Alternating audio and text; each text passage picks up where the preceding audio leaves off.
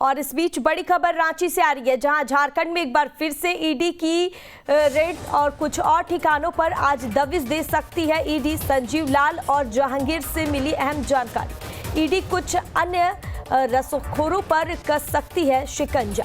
इस वक्त की बड़ी और अहम जानकारी आप तक पहुंचा रहे हैं, जहां ईडी ताबड़तोड़ छापेमारी करती हुई नजर आ रही है। लगातार लोकसभा चुनाव के बीच ईडी ने यह बड़ा एक्शन लिया है और झारखंड में एक बार फिर से ईडी एक्शन मोड में नजर आ रही है। कुछ और ठिकानों पर आज ईडी दबिश दे रही है और संजीव लाल और जहांगीर से कुछ अहम जानकारी भी ईडी को मिली है। ईडी कुछ अन्य रसूखदारों पर भी आज शिकंजा कस सकती है।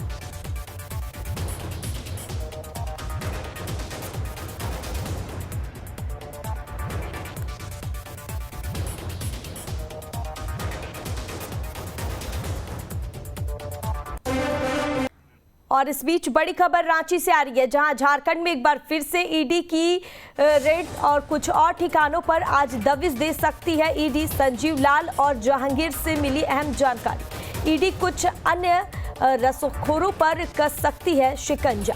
इस वक्त की बड़ी और अहम जानकारी आप तक पहुंचा रहे हैं, जहां ईडी ताबड़तोड़ छापेमारी करती हुई नजर आ रही है। लगातार लोकसभा चुनाव के बीच ईडी ने यह बड़ा एक्शन लिया है और झारखंड में एक बार फिर से ईडी एक्शन मोड में नजर आ रही है। कुछ और ठिकानों पर आज ईडी दबिश दे रही है और संजीव लाल और जहांगीर से कुछ अहम जानकारी भी ईडी को मिली है। ईडी कुछ अन्य रसूखदारों पर भी आज शिकंजा कस सकती है।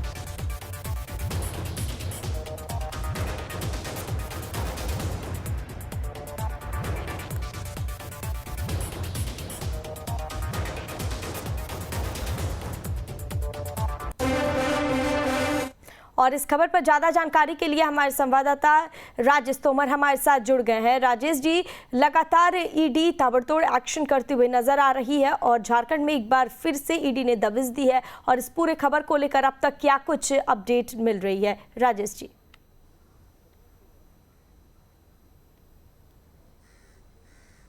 देखिए नैना, बहुत भारी पैमाने पर पैसों की यहाँ पर रिकवरी हुई थी, जब्ती हुई थी, और उसमें 35 करोड़ से ज़्यादा रुपयों की यहाँ पर जब्ती हुई थी। उसके बाद जो संजीव लाल हैं, पीएस हैं मंत्री आलमगीर आलम के, और जहांगीर जो कि सहायक है संजीव लाल के, यानी कि घर का वो काम करने वाला सर्वेंट है, नौकर है, उसके आवास से 35 करोड़ से ज़्यादा की रिकवरी हुई थी। उसको लेकर जब दोनों को कस्टडी में लिया गया और इनका रिमांड जब लिया गया, तो 6 दिन के रिमांड पर जहांगीर और संजीव लाल को ईडी को सौंपा गया है।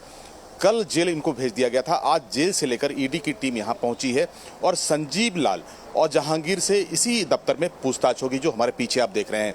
यहां पर जो रकम मिला है, बहुत बड़ी संख्या में रुपयों का बंडल मिला था, उसके बारे में संजीव लाल से पूछताछ होगी कि ये पैसे कहां से इन्होंने प्राप्त किए थे, जो स्रोत है वो स्रोत क्या है, जहांगीर से इनका क्या कनेक्शन है, जहांगीर के पास ये पैसे क्यों छुपाए गए थे, वो फ्लैट किसके नाम से लिया गया था, फ्लैट कब लिया गया था, क्या सिर्फ पैसों को ठिकाने लगाने के लिए उस फ्लैट का इस्तेमाल हो रहा था। तो तमाम तरह के सवाल हैं जो कि संजीव लाल और जहांगीर से यहाँ पूछे जाएंगे। इसके अलावा नैना, जो ईडी की टीम है, यहाँ से टीम निकली है, 4-5 की संख्या में गाड़ियाँ निकली हैं। संभवतः कुछ जगहों पर ये दबिश डाल सकते हैं, क्योंकि जो टिप ऑफ मिला होगा संजीव लाल और जहांगीर से, उसके बाद की आगे की कार्रवाई हो सकती है। तो कुछ लोगों को और भी हिरासत में लिया जा सकता है या पूछताछ के लिए बुलाया जा सकता है। कुल मिलाकर जो 2 दिनों तक रेड चले थे, बड़े पैमाने पर पैसे मिले थे, उसको लेकर पूछताछ होगी और पूछताछ को जो कड़ियां हैं उसको जोड़ते हुए जो पूछताछ का सिलसिला है, अगर कुछ रसूखदारों तक पहुंचे तो इससे आप इनकार नहीं कर सकते, क्योंकि एक मंत्री आलमगीर आलम है, उसके पीएस हैं संजीव लाल। तो ऐसे में मंदिर तक एक पूछताछ की जो लपटें हैं, जो आग हैं, वो पहुंचेंगी, इससे आप इनकार नहीं कर सकते। बिल्कुल बिल्कुल राजेश जी, अब ऐसे में 13 मई को पूछताछ होगी इनसे, और क्या लगता है इस पूछताछ में क्या कुछ जानकारी निकलकर सामने आएगी और क्या कुछ जानने और सुनने को मिलेगा राजेश जी?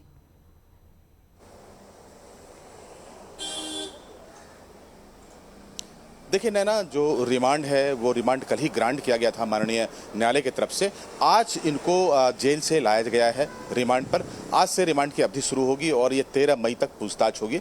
इस 6 दिनों के पूछताछ में संजीव लाल से कई सवाल पूछे जाएंगे, क्योंकि पैसों की जो रिकवरी है उसके अगर आप संख्या को देखें, उसके अगर आप आकार को देखें, तो तकरीबन 35 करोड़ रुपए से ज़्यादा की रिकवरी है। यानी कि 35 करोड़ जो कैश मिले, जो नगद मिली है, उस नगदी के बारे में इनसे पूछताछ होगी।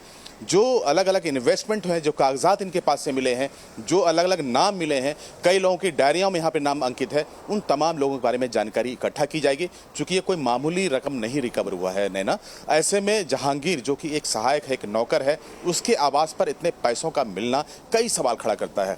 जो संजीव लाल है, संजीव लाल से जो ताल्लुकात रहे हैं मंत्री के, इससे पहले भी वो 2 लोगों के मंत्री रह चुके हैं, पीएस रह चुके हैं 2 अन्य मंत्रियों के। तो संजीव लाल का जो रसूख है इस यहाँ पर झारखंड में, और जो मंत्रालय, झारखंड मंत्रालय, उनमें जो इनकी पकड़ है, कई ट्रांसफर पोस्टिंग कराया करता था, कई ठेका को मैनेज किया करता था, उसमें भारी रकम की वसूली होती थी।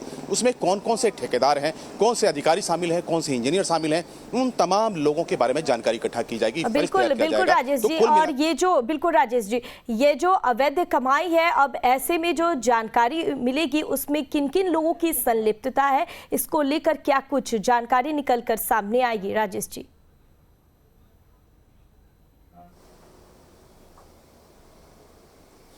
देखिए नैना, संजीव लाल चूंकि पीएस हैं और ये सरकार की तरफ से पीएस थे, यानी कि ये स्टेट सर्विस कमीशन से पहुंचे थे।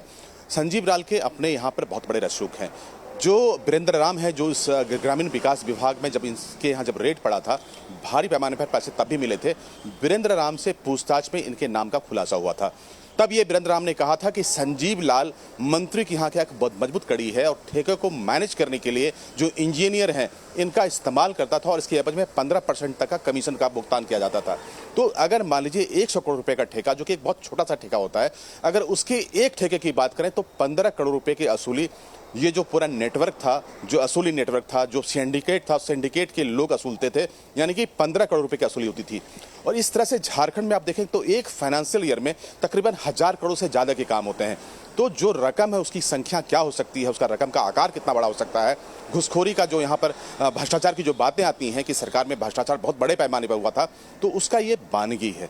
जब पूछताछ होगी इसका आकार बढ़ता जाएगा, और ये जो दबिश है और जो रेड है वो कई अन्य लोगों पर, अन्य ठिकानों पर हो सकते हैं। बिल्कुल राजेश जी, बिल्कुल राजेश जी। अब